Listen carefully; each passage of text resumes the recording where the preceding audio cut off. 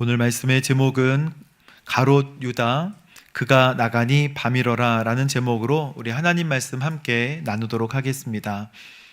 예수님 제자 중에 오늘 마지막 제자 가롯 유다입니다. 성경 인물 중에 가장 배반을 잘하는 인물은 누구일까요? 모르시겠죠? 가롯 유다, 오늘 가롯 유다의 이야기입니다. 배반이라고 하는 말의 뜻 한자를 보면 등을 돌리다 입니다. 등을 돌리는 거, 그리고 거스르다 라는 것입니다. 어떤 것을 훔치거나 또는 사기를 치거나 이런 게 아니고 등을 돌리는 것이 배반입니다. 우리의 영적인 배반은 예수님께 등을 돌리는 것입니다. 그래서 예수님을 등지면 영혼의 어두움이 온다는 것을, 예수님을 등지기 시작하면 영혼의 밤이 시작된다는 것을 오늘 주님은 우리에게 말씀하십니다. 여러분, 예수님께 등을 돌리지 마십시오. 항상 주님을 따라가십시오. 주님이 오늘 주시는 말씀은, 오늘 가롯 유다를 통해 우리에게 주시는 말씀은 배반에 관한 메시지가 아닙니다. 배반 이후에 우리에게 오는 절망이라는 것을 어떻게 다루어야 할지를 주님께서는 오늘 우리가 알기를 원하고 또 하나님 말씀을 듣기를 원하시는 것이죠. 배반 이후에 오는 우리의 인생의 절망을 우리가 어떻게 뛰어넘을 것인가? 유다같이 실패하지 않고 하나님께로 나아가는 하나님의 말씀을 우리 마음에 새깁니다. 유다는 가롯 유다라고 불리우죠. 그리옷이라는 지방의 유다, 그래서 지명에 따라 가롯 지방, 그리옷 지방의 유다라고 해서 가롯 유다라고 합니다. 그의 이름이 참 독특해요. 하나님 찬양이라는 뜻입니다. 하나님 찬양. 그런데 그가 은 30에 예수님 만왕의 왕을 팔아버립니다. 가롯 유다를 부르실 때 그냥 적당히 부르신 것이 아닙니다. 예수님께서 고민하고 밤을 새워 기도하시면서 유다를 부르셨고, 그 유다는 많은 제자들과 함께, 12제자들과 함께 마태복음 10장에 보면 귀신을 내어 쫓는 제자의 사명도 감당을 합니다. 그가 분명히 외쳤을 거예요. 나사렛 예수 그리스도의 이름으로 명하노니 어두움의 영은 떠나갈지어다 하니까 막 귀신이 떠나가는 역사, 이런 것들 다 봤습니다. 그리고 체험했습니다. 신앙생활 너무 잘했던 사람인데 그가 믿음에 관하여 파선한 이유가 무엇일까요? 그는 베다니에서 향유옥합을 깨트린 마리아를 보고 왜 그렇게 비싼 향유를 깨트리냐, 가난한 이웃을 도울 수도 있지 않았겠느냐라고 책망했던 적도 있습니다. 그런데 그것은 성경의 거짓이었다. 그는 돈주머니에서 돈을 조금씩 훔쳐가던 사람이었다라고 기록을 합니다. 그는 왜 이렇게 자꾸 변했을까요? 결국에는 예수님께 거짓 입맞춤을 합니다. 예수님, 그래서 뽀뽀를 쪽 하는데 이 사람을 잡아가세요라는 사인이었어요. 그리고 나서 그의 마지막은 비참하게 목 매달아 자살을 하게 됩니다. 여러분, 오늘 주님께서 이 제자를 보시고 참 마음이 아프셨어요. 오늘 저와 여러분을 보실 때 기뻐하실까요? 마음이 참 아프실까요? 마음속으로 한번 얘기해 보십시오. 참 마음이 아프실까요? 기쁘실까요? 오늘 21절 말씀을 함께 보겠습니다. 함께 읽어볼까요? 시작. 예수께서는 이렇게 말씀하시고 나서 심령으로 몹시 괴로워하며 말씀하셨습니다. 내가 진실로 진실로 너희에게 말한다. 너희 중 하나가 나를 배반할 것이다. 제자들은 서로 제가 배반하나요? 제가 배반할까요? 라고 막 궁금증을 나타냅니다. 마태복음 25장에 보면 혹시 접니까? 혹시 접니까? 가롯 유다의 배신을 우리는 잘 알고 있어요. 성경에 그렇게 쓰여 있기 때문입니다. 요한복음 13장 18절 말씀에 보면 내 빵을 먹는 사람이 나를 배반했다라고 하는 뭐가 이루어진다고요? 성경 말씀이 이루어질 것이다.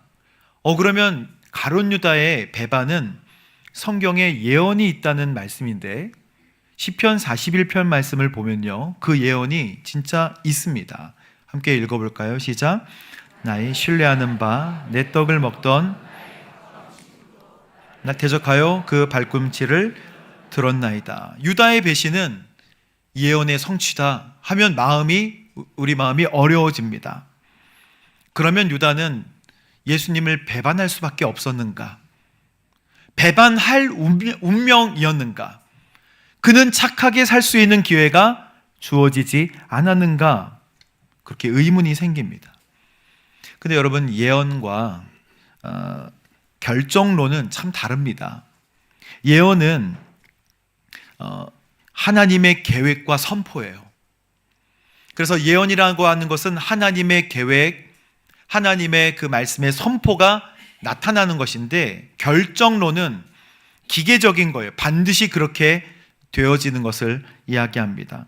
그 사람의 의지와 관계가 없이 이루어져요. 그러나 예언은 하나님의 계획과 의지가 선포가 되는 것이기 때문에 그 사람의 자발적인 의지와 순종으로 예언이 이루어지게 돼요.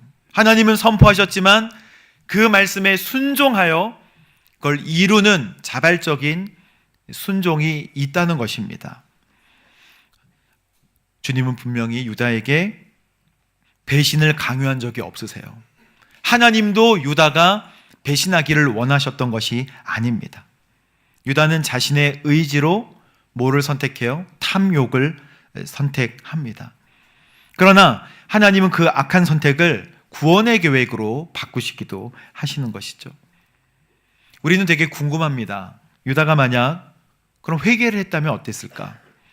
유다가 만약에 돌이켰다면 어땠을까? 그러면 예전에 기록된 시편 말씀은, 구약에 예언된 시편 41편 말씀은 거짓이 되는가? 라고 생각이 들기도 합니다. 만약 유다가 회개할 것을 미리 아셨다면 시편 말씀은 어떻게 됐을 것인가? 여러분, 하나님의 전지전능함을 믿으십니까? 하나님의 영원하심도 믿으십니까? 하나님은 시간을 초월하시고 모든 것을 아시는 분이세요. 그래서 하나님은 과거도 아시고 우리의 현재도 아시고 우리의 미래도 알고 계시는 줄로 믿습니다. 그러니까 만약에 유다가 회개했다면 하나님은 구약에 그 약속을 바꾸셨을 거예요. 우리는 하나님의 초월적인 시간을 넘어서는 하나님의 역사하심을 믿고 신뢰하는 거예요. 우리는 잘 이해가 되지 않고 이성적으로는 이해되지 않지만 하나님은 유다가 스스로 그의 의지로 배반을 선택할 것도 아셨다는 것입니다. 그의 선택의 영향이라는 거예요. 요한복음 12장 6절에 보면 이렇게 유다에 관하여 설명이 됩니다. 유다가 이렇게 말하는 것은, 그 다음 같이 읽어볼까요? 가난한 저들을 생각함이 아니요 도둑이라 돈꾀를 맞고 거기에 넣는 것을 훔쳐가미로라. 6월절이 시작되기 6일 전에 베다니에 오셨는데, 베다니에서는 예수님이 나사로를 살려주셨잖아요. 베다니 아마 슈퍼스타였을 것입니다. 그래서 나사로에 갔더니 예수님을 위해 잔치를 벌여준 거예요. 예수님이 그 잔치에 참여했다가 어떤 한 사람이 다가와서, 그 사람은 마리아인데, 와서 값비싼 나들을 1리트라를 예수님께 붓습니다. 그 가격이 300데나리온이었대요. 1데나리온이 한 사람 임금이니까, 하루 품삯이니까 300일, 약 1년 동안 일해야 되는 비싼 향유, 나드 아닙니까? 그거를 예수님 머리 또는 발에 발라주었다. 그 모습을 유다가 본 거예요. 아니, 이럴 수가. 300데나리온이나 하는 비싼 것을 가난한 사람들, 그걸 팔아가지고 돈을 만들어서 가난한 사람들을 도왔으면 훨씬 더 좋았을 텐데 그걸 거기다 바르냐. 그 마리아를 엄청 책망합니다. 그런데 오늘 요한복음 12장 6절 말씀 뭐라 그래요? 그는 가난한 자들을 생각하는 것이 아니요, 그는 뭐다? 도둑이다. 그는 돈꾀에 있던 것들을 조금씩 빼어갔다. 유다는 돈을 맡아 관리하는 사람이었습니다. 여러분, 우리가 어떤 모임의 회계 역할을 맡길 때 누구에게 맡기나요? 1 더하기 1은 뭐지? 저 한 3 정도 되나요? 그런 분들에게 안 맡기죠. 100 더하기 100은 200. 이 정도는 풀어야. 보통 꼼꼼하고 똑똑하고 스마트한 사람들을 회계를 시킵니다. 유다는 그런 사람이었을 거예요. 이런 게 아니고, 그거는 1620입니다. 이렇게 확실하고 똑똑하고 딱 부러지는 사람이었을 거예요. 그런데 그가 똑똑했는데 돈꾀를 맡았는데 그가 돈꾀에서 자꾸 뭐를 가져갔더라. 자꾸 처음에는 조금 가져갔겠죠. 12제자의 회비를 한 10만 원 걷었으면 한 500원 정도, 500원이 떨어졌네, 그러면서 주머니에 넣었는데 까먹었을 거예요. 그러면 안 되는데 라고 생각했다가 어느 날 1,000원도 주머니에 넣었더니 예수님 잘 모르시네. 어느 날은 10,000원을 넣었더니 아무도 모르네. 마음은 점점 시커매지고 여기에 마음의 가책을 느끼지 않은 상태가 되었을 것입니다. 반복적이고 지속적인 죄가 그를 지배하게 되는 것은 우리가 잘 알고 있습니다. 모두 다 그런 경험을 해봤기 때문이죠. 자꾸 반복했더니 양심이 까매지는 것처럼, 자꾸 반복했더니 거기에 대해서 무뎌지게 되고, 그가 돈꾀에서 돈을 가져가던 것을 아무렇지도 않게 생각한 바늘 도둑이 소도둑, 바늘 데나리온이 무슨 데나리온? 소데나리온. 반복적이고 지속적인 죄가 그를 지배하도록 그의 마음을 방치한 거예요. 여러분, 사탄이 우리의 마음속에 틈탈 때, 두려울 때 틈타기도 하지만 우리의 죄악 속에 이거 안 되는데 라고 하는 그 부분에 틈타서 우리의 양심을 무디게 만드는 것입니다. 이 말씀은 창세기 4장을 떠올리게 해요. 하나님께서 살인 전에 가인에게 제사를 받지 않아가지고 그 얼굴이 울그락불그락해진 가인에게 우리 하나님께서 그렇게 말씀하십니다. 가인아, 너 왜 이렇게 마음이 울그락불그락 분노에 사로잡혀 있니? 죄가 너희 앞에 도사리고 있으니 너는 죄를 다스려야 해 라고 말씀하십니다. 살인 직전에 주님께서 경고하신 거예요. 여러분, 분노도 죄도 주님께서 다스릴 수 있다라고 말씀하십니다. 주님 어쩔 수 없이 했어요. 아니고 주님은 그것을 컨트롤할 수 있다고 말씀하십니다. 그런데 죄가 그를 지배하도록 내버려둔 그 마음을 활짝 열어버린 유다의 마음을 사탄이 붙드는 거예요. 그래서 결국 유다의 마음은 열매를 맺게 되는데 은30에 예수님을 팔려고 하는 엄청난 죄까지 계획을 하게 되는 것입니다. 여러분의 마음을 한번 점검해 보십시오.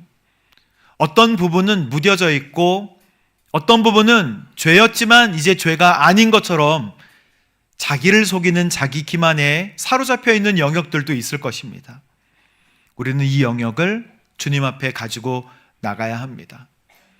어두움 가운데, 밤 가운데 있었다면 주님 도와주세요. 회복할 수 있도록 도와주세요 라고 주님 앞에 여러분의 마음을 가지고 나가십시오.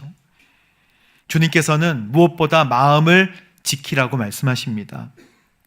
잠언 4장 23절에 보면 모든 지킬 만한 것 중에서 더욱 뭘 지켜야 된다? 마음을 지켜야 된다. 왜 그럴까요?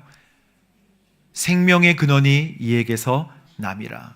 여러분, 영적 전투가 일어나는 현장은 우리 땅이 아니라 마음입니다. 마음이 영적 전투의 장이 되기 때문에 무엇보다 마음을 지키라고 주님께서 말씀하십니다. 그런데 이 잠언 4장의 앞뒤를 읽어보면 마음을 지키기 위해 해야 되는 하나님의 말씀이 나와요. 입이 구부러진 말을 버려라. 이 말을 바로 해야 된다는 거예요.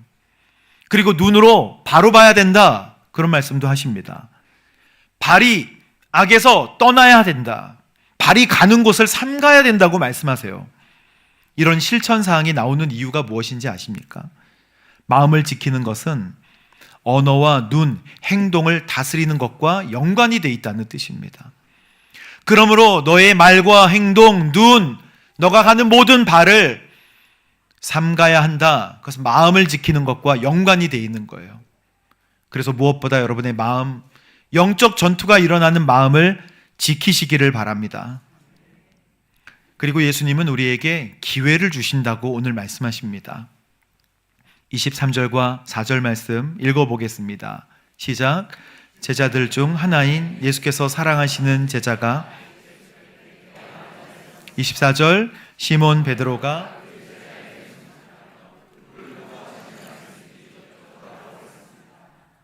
예수님의 제자 중에 가장 사랑받던 제자는 애제자라고 불리우는 누구죠? 요한입니다. 요한은 예수님께 항상 기대 있었던 것 같아요. 여기 보면 예수님 곁에 기대어 앉아 있었다. 제가 만약 이재호 목사님 여기 우리 계시고 제가 목사님께 기대 있다고 이렇게 그러면 이상하다 하지만 꽤 친한가 보다 이렇게 생각이 들잖아요. 자꾸 목사님께 기대 있고 목사님께 막 엎혀 있고 막 그러면 요한은 그 정도로 예수님 애제자라고. 근데 여기 요한복음인데 예수님께서 사랑하시는 제자, 자기를 애제자로 요한이 막 표현해요. 그러니까 베드로조차도, 수제자인 베드로조차도 그 누구를 말씀하시는 건지 한번 물어봐라. 이렇게 요한에게 물어봅니다. 너 지금 기대에 있으니까 도대체 누구를 말씀하시는 건지, 누가 배신할 건지를 한번 물어봐라. 이렇게 여쭤보라고 얘기할 정도입니다. 그래서 예수님의 품에 요한이 기대어 물어요. 아니 그냥 물어보면 되는데 이렇게 기대 가지고 주님 누구예요? 뭐 이렇게 물어본다는 거예요. 너무 친한 것 같아요, 요한은. 누구예요? 그러니까 예수님께서 말씀하십니다. 26절에 함께 읽어보겠습니다. 시작. 예수께서 대답하셨습니다. 그리고 예수께서 빵 한 조각을 적셔서 가룟 유다에게 주셨습니다. 내가 이 빵을 한 조각을 적셔서 주는 사람이 바로 그 사람이다. 여러분, 이거는 유대 사회에서는 빵을 포도주에 적셔서 그 입에 넣어주고 이렇게 주는 것은 VIP, 사랑하는 사람에게 그렇게 하는 거예요.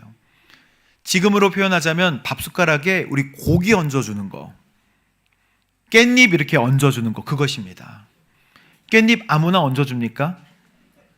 깻잎 아무나 얹어주면 부부의 갈등이 생기죠. 아무나 깻잎을 뜯어주거나 얹어주는 거 아니고 고기를 얹어주는 거 아니에요.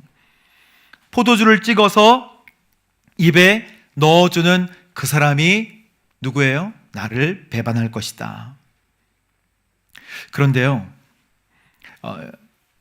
이렇게 넣어주면 가룟 유다는 그걸 받아 먹고, 나 VIP? 주님께서 나를 사랑하시나? 나를 사랑하시는구나 라고 하면요, 유다는 바뀌어야죠. 주님이 시간을 많이 주십니다. 이걸 한두 번 말씀하신 게 아니에요. 그가 나를 배반하고 너희 중에 배반할 사람이 있을 것이다 했으면 알아들어야죠. 여러분, 우리가 죄를 질 때 시간이 걸린다는 거예요. 죄를 질 때 시간이 있어요.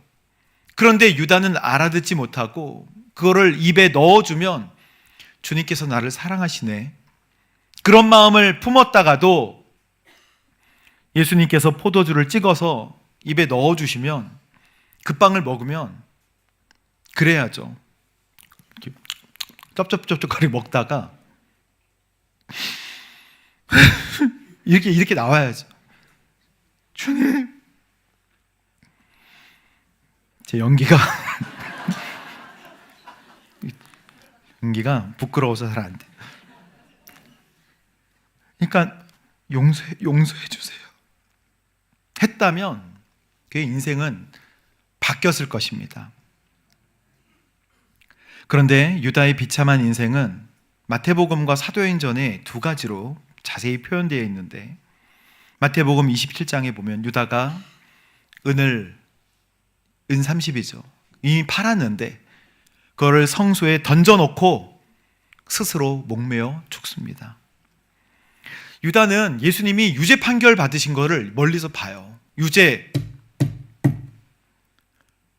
그래서 대제사장과 장로들에게 그 핍박을 당하는 모습을 보면서 이건 아닌 것 같은데, 그러면서 그 돈을 대제사장과 장로들에게 돌려줍니다. 근데 이미 거래가 끝났는데 이 돈은 안 받겠다고 얘기해요. 그래서 그 돈을 성소에 던져버리고 그는 와서 그 마음속에 절망 가운데 목을 매 자살하고 극단적인 선택을 하게 된 것이죠. 근데 사도행전에는 이게 좀 더 자세히 표현되어 있습니다. 사도행전 1장 18절 말씀에 이 사람이 불의의 삭스로 밭을 사고 후에 몸이 곤두박질 쳐 배가 터져 창자가 다 나왔다. 그래서 그 돈을 성소 금고에 보관할 수 없어서 그 돈으로 밭을 삽니다. 토기장에 밭을 사서 그 밭은 뭘로 사용해요? 나그네 무덤, 나그네 처소로 사용하게 되는데, 그게 피의 밭, 아겔다마라고 많은 사람들이 불렀습니다. 가룟 유다의 이 마지막은 왜 이렇게 비참할까요? 여러분 27절 말씀을 함께 읽어보도록 하겠습니다. 시작. 유다가 빵을 받자 들어갔습니다. 예수께서 가룟 유다에게 말씀하셨습니다. 내가 하려는 일을 어서 하여라. 유다가 자기의 의지를 사탄에게 완전히 내어주었다는 것입니다. 사탄이 그의 마음속에 들어와서 인형이 움직이듯이 나는 어쩔 수 없이 사탄의 뜻대로 움직여질 수밖에 없다라고 하는 게 아니고요, 자신의 의지를 사탄에게 완전히 내어주었다. 여기는 27절이지만 13장 2절에 보면 저녁 식사를 하는 동안 마귀는 이미 시몬의 아들 가룟 유다의 마음속에 예수 배반할 생각을 어떻게 했다? 넣었다. 그게 예수 배반할 생각을 머릿속에 넣었다는 거예요. 그럼 그대로 움직이는 게 아니라 여러분, 우리의 마음속과 우리의 머릿속에는 온갖 죄의 생각이 왔다 갔다 할 수 있어요. 죄의 생각이 들어왔다 나갔다가 할 수 있죠. 그것마저 막을 수는 없습니다. 머리 위에 새가 날아다닐 수는 있잖아요. 새가 왜 우리 평택에 까마귀가 많잖아요. 날아다닐 수 있죠. 그러나 평택 까마귀가 여러분의 머리 위에 둥지를 틀게 된다면 그거는 전혀 다른 문제죠. 까마귀야, 까마귀야, 머리 먹을 거 올려놓고 일로 와서 둥지를 틀렴. 그래도 안 틀겠지만 그건 의지가 있어야 되는 거예요. 머리 위에 까마귀가 둥지를 틀게 되는 것은 다른 문제예요. 지나갈 수는 있지만 그 생각을 잡아다가 예수님 30, 은 30, 은 30 그러면서 머릿속에 넣었어요. 그런데 거기까지도 아직 죄는 아니에요. 생각으로 한 거죠. 근데 그 생각을 여기 13장 2절에 보면 생각을 넣었는데 27절에 보면 빵을 받자 사탄이 그에게 들어갔다라고 하는 것은 그 생각을 마음으로 가지고 온 거예요. 그래서 마음밭에 심은 거예요.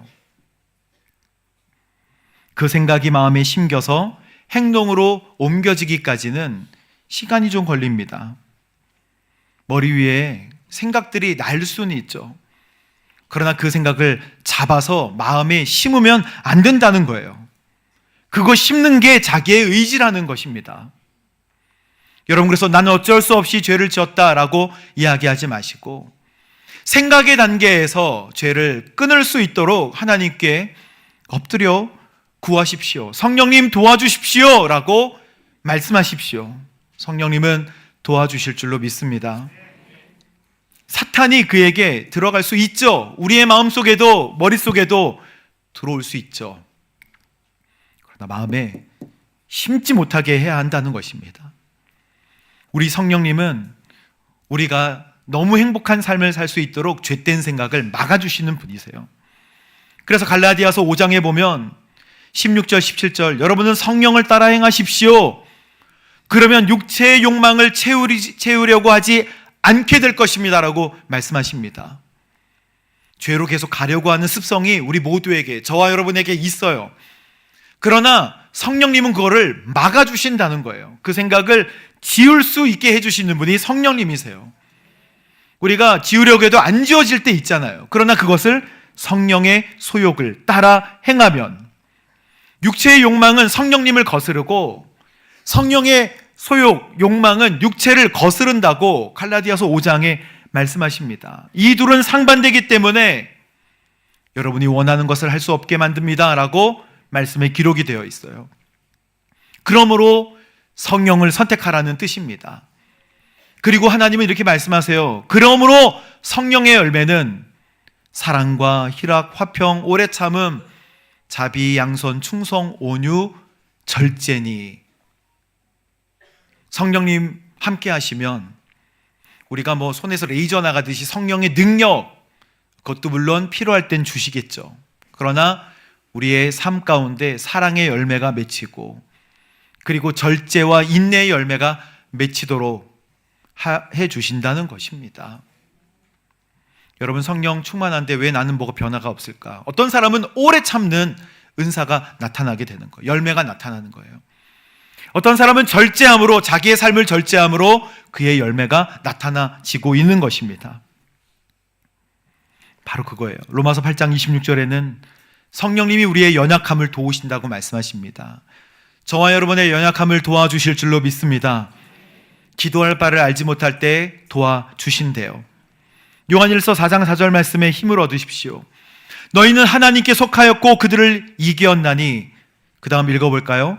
이는 너희 안에 계시니까. 할렐루야. 주님이 크십니다. 주님은 다 하실 수 있으십니다. 성경에는 인간의 반응에 따라 주님이 그 결과를 다르게 하시는 이야기들도 나옵니다. 조건적인 예언이에요. 무조건 다 하나님의 뜻대로 하지 않고 니느웨를 내가 심판하겠다라고 말씀하셨지만 요나를 보내 니느웨를 구원하십니다. 그게 바로 조건적인 예언이에요. 변화가 있기도 한다는 것입니다. 니느웨 사람들이 회개하자, 야, 다 금식해, 동물들도 다 금식해, 재앙을 내리시지 않으신다는 거예요. 하나님의 예언의 목적은요, 심판이 아니라 구원하는 목적을 가지고 있기 때문입니다. 30절 말씀을 마지막으로 읽어보겠습니다. 시작.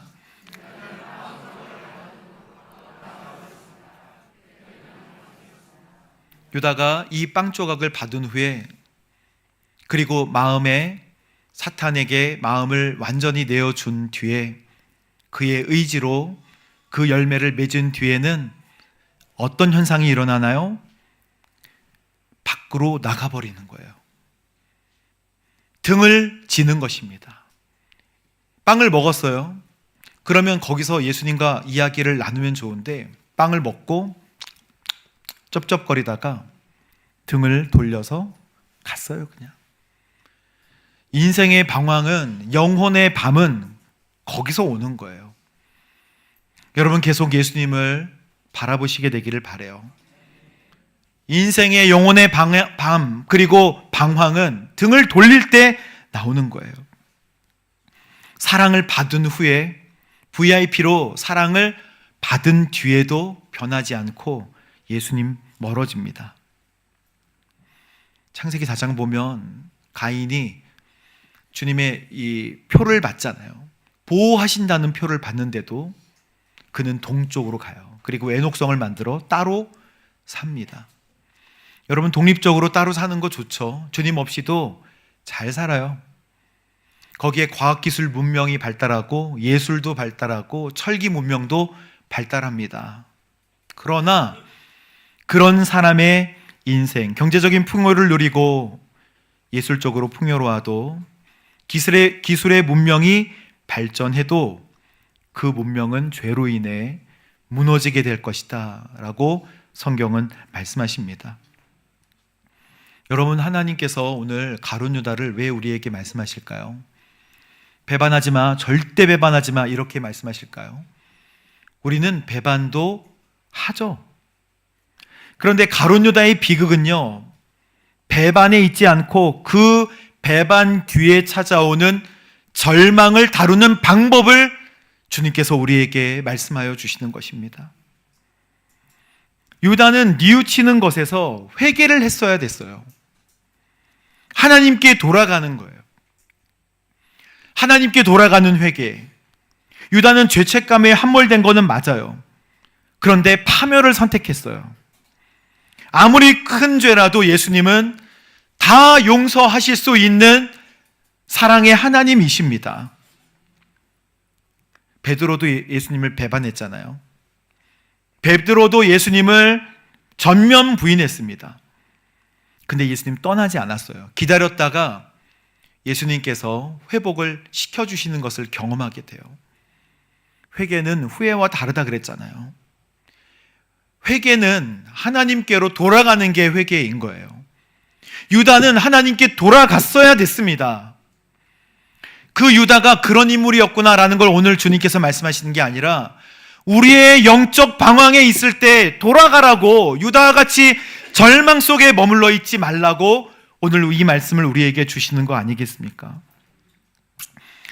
베드로는 주님께서 3번 네가 너를 사랑하니, 너가 나를 사랑하니, 너가 나를 사랑하니, 숯불을 피워놓고 물고기와 떡을 구워서 주시면서 말씀하시잖아요. 그 전에 153마리 물고기를 잡으면서 예수님께서 처음 내가 너를 사람 낚는 어부가 되게 할게 라고 하는 말씀도 회복시켜 주시잖아요. 주님을 계속 바라보면 우리 첫사랑이, 주님을 만났던 그 장면이 보여지게 되고 주님께서 회복시키시는 것을 경험하게 돼요. 3번 부인했으니까 3번 사랑하냐고 물어보시잖아요. 그 사건 이후로 베드로는 자유로워졌을 거예요. 만약에 유다가 주님 앞에 회개했다면 어땠을까요? 유다의 거짓된 뽀뽀, 입맞춤, 예수님께서는 그를 똑바로 바라보고 사랑하는 유다야 그러면서 진심으로 안아주시고 사랑으로 입을 맞추셨을 거예요. 그걸로 회복시켜 주셨을 것입니다.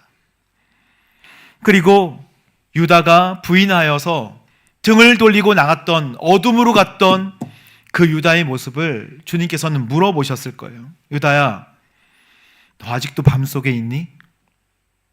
나와 함께 빛 속으로, 나와 함께 복음을 전하자 라고 말씀하셨을 거예요. 유다는 그렇게 얘기했겠죠. 회개했다면, 주님, 저는 어두움이었습니다. 그런데 이제 날이 밝았네요. 주님, 열심히 주님을 위해 살아가겠습니다. 그랬겠죠. 주님은 기다리세요.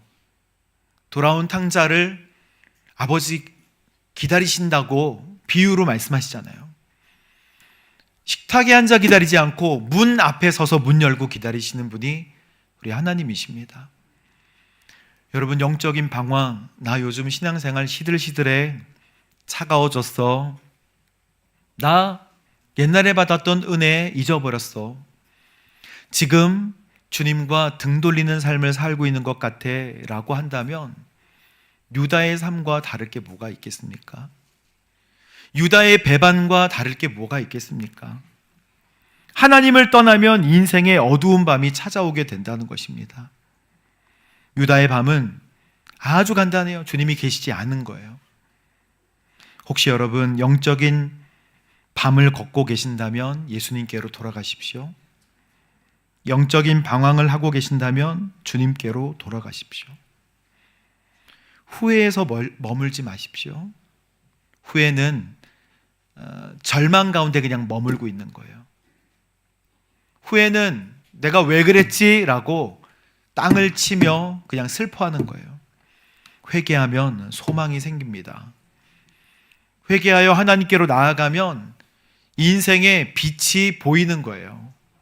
주님께로 가면 방법이 생기는 거예요. 그래서 오늘 유다를 통해 우리에게 후회하지 말고 회개해라 라고 말씀하시는 것입니다. 너는 그 자리에 머물러 있지 말고 빛 대신 주님께로 나와라. 분명히 여러분의 삶을 이해하시고 안아주시고 빛된 삶으로 다시 살아갈 수 있도록 회복시켜 주실 줄로 믿습니다. 아멘. 우리 함께 찬양하고 주님 앞에 기도하도록 하겠습니다.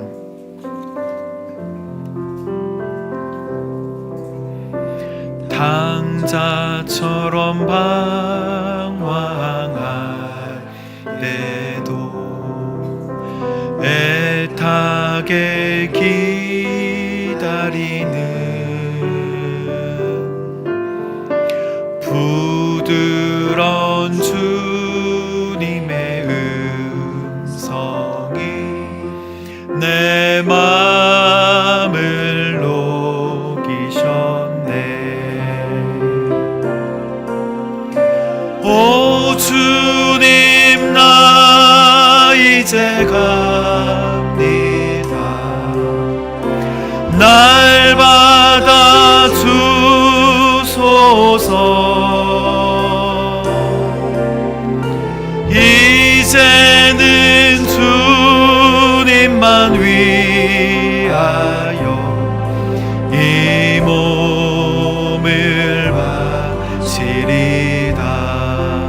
불순종한 요나, 불순종한 요나와 같이도 방황하던 나에게 따뜻한 주님의 음성이 내 손을 잡으셨네. 오 주님, 나 이제 갑니다. 날 받아 주소서. 이제는 주님만 위하여 이 생명 바치.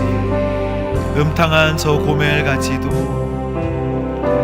음탕한 저 고멜과 같이도 방황하던 나에게 너그런 주님의 용서가 내 마음을 녹이셨네. 오 주님, 나 이제 갑니다. 날 받아 주소서. 이제는 주님만 위하여 죽도록 충성하리. 이 시간 기도할 때 하나님, 후회했던 인생의 어두운 밤 속에 절망했던 우리의 영혼이 있다면 이 시간 주께로 가게 하여 주옵소서. 머물러 있지 말고 주께로 가게 하여 주옵소서. 아버지 하나님, 더 이상 유다의 삶을 반복하지 않고 주님께로 나아가도록 인도하여 주옵소서. 함께 기도하며 나아갑니다. 아버지 하나님, 모든 죄된 생각에서 주님 우리를 구원하여 주시고 주님께로 나아가게 하여 주옵소서. 후회에 머물러 있지 않고 회개함에 이르도록 주여 인도하여 주옵소서. 아버지, 선택하셨지만 그의 마음을 사탄의 아버지 하나님 온전히 내어줬던 유다의 삶을 닮지 않도록 인도하여 주시고 이 시간 주님께로 나아가게 하여 주소서. 이 시간 주를 바라보게 하여 주옵소서. 주님 아버지 할렐루야. 아멘.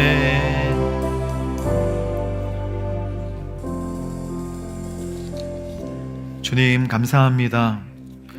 우리는 때로는 주님을 배반하고 등 돌리고 멀리 가지만 그때 찾아오는 절망을 잘 다루도록 주님께로 가까이 가도록 하나님 회개가 능숙한 그리스도인 되게 하여 주옵소서. 부족하고 연약한 우리의 마음을 정돈하여 주시고 절망과 갈등과 슬픔 가운데 있을 때에 이 시간 우리를 회복시켜 주셔서 주님 가까이 주님과 기대어 있는 주님 사랑하시는 제자 되게 하여 주옵소서. 감사드립니다. 예수님의 이름으로 기도합니다. 아멘.